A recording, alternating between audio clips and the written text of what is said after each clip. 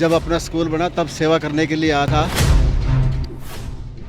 That time I was just a graduate and not eligible for a teacher. कि उठ भाई, तुझे BEd का फॉर्म भरने जाना था, लास्ट डेट आज, तू सोया पड़ा अभी तक।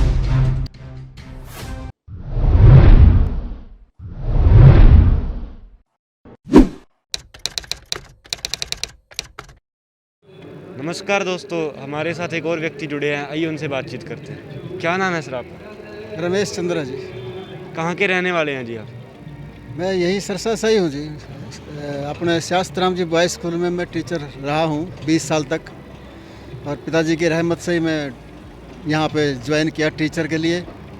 और इससे पहले मैं जींद में रहता था, जींद हमारा जो बिलोंग करता हूँ जींद से, और पिताजी की रहमत से ही मैंने जो है टीचिंग का कोर्स किया। और जब अपना स्कूल बना तब सेवा करने के लिए आया था।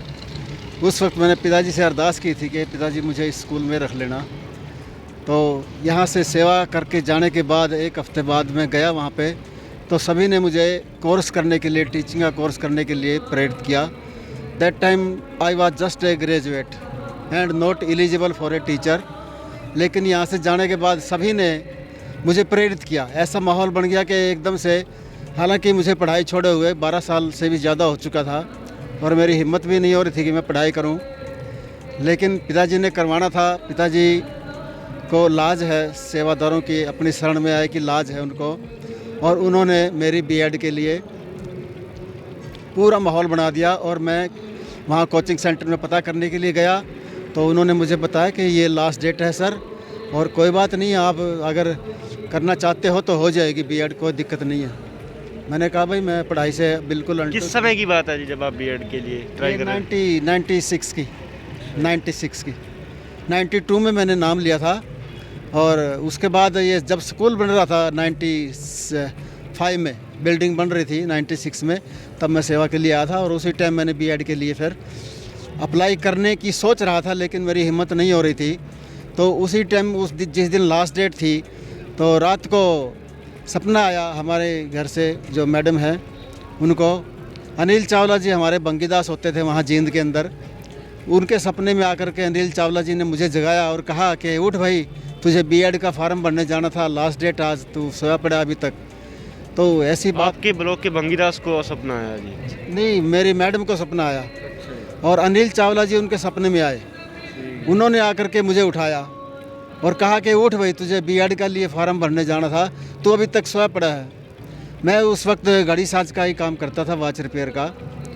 तो उस वक्त जब उसने ये बात बताई उन्होंने मुझे कि ऐसे ऐसे मुझे सपना आया है, तो उसी टाइम मेरे दिमाग में ये पक्का हो गया था कि पिताजी को मंजूर है, अब टीचर बनना ही है अपने को, कोई चिंता की बात नहीं है। कोई सारे मेरे कन्फ्यूज़न दूर हो गए थे और मैंने बीएड के लिए अप्लाई किया और बीएड हो गई मेरी। यहाँ इंटरव्यू हुआ, यहाँ सिलेक्शन हो गई मेरी।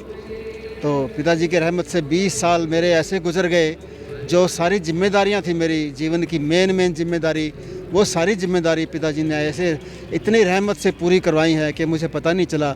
मेरे पास साइकिल चलाने के लिए भी, पंचर लगवाने के लिए पैसे नहीं थे, लेकिन आज पिताजी की रहमत से मेरे सभी 3 बेटे हैं, मेरी 1 बेटी है, सभी बच्चे मेरे जॉब पर हैं और 2-2 कारें हैं और घर का मकान है।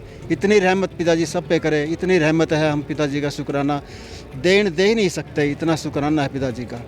तो मैं सभी से यही करूँगा, जो भी सत्संगी भाई हैं, पिताजी में पूर्ण विश्वास रखें और अपना विश्वास अडोल रखें, बिल्कुल डोलने ना दें, किसी की भी बातों में नहीं आए। वक्त है, जाएगा, पिताजी का राज है, कोई खेल है, वो ज़रूर करेंगे। जैसी धारणा आपने बनाई है, जिस धारणा को लेके आप सत्संग में जुड़े हो, नाम से जुड़े हो, उसी तरह आप चलते रहिए। यही मेरा संदेश है सभी भाइयों को। मुझ पर जो रहमत की है पिताजी ने, बेशुमार है, और इसके बाद भी रहमतों का सिलसिला जो है रुका नहीं, चलता रहा। अगर मैं लिखना चाहूँ तो एक पूरा ग्रंथ बन सकता है, इतनी रहमतें हैं सतगुरु जी की। स्कूल में लगने के बाद इतनी रहमत की, मुझे टीचिंग सिखाई पिताजी ने, सब कुछ सिखाया मुझे, एक एक कदम पे चलना सिखाया। और आज भी मैं स्कूल से ही जुड़ा हुआ हूँ, ये सब भी पिताजी की रहमत से है।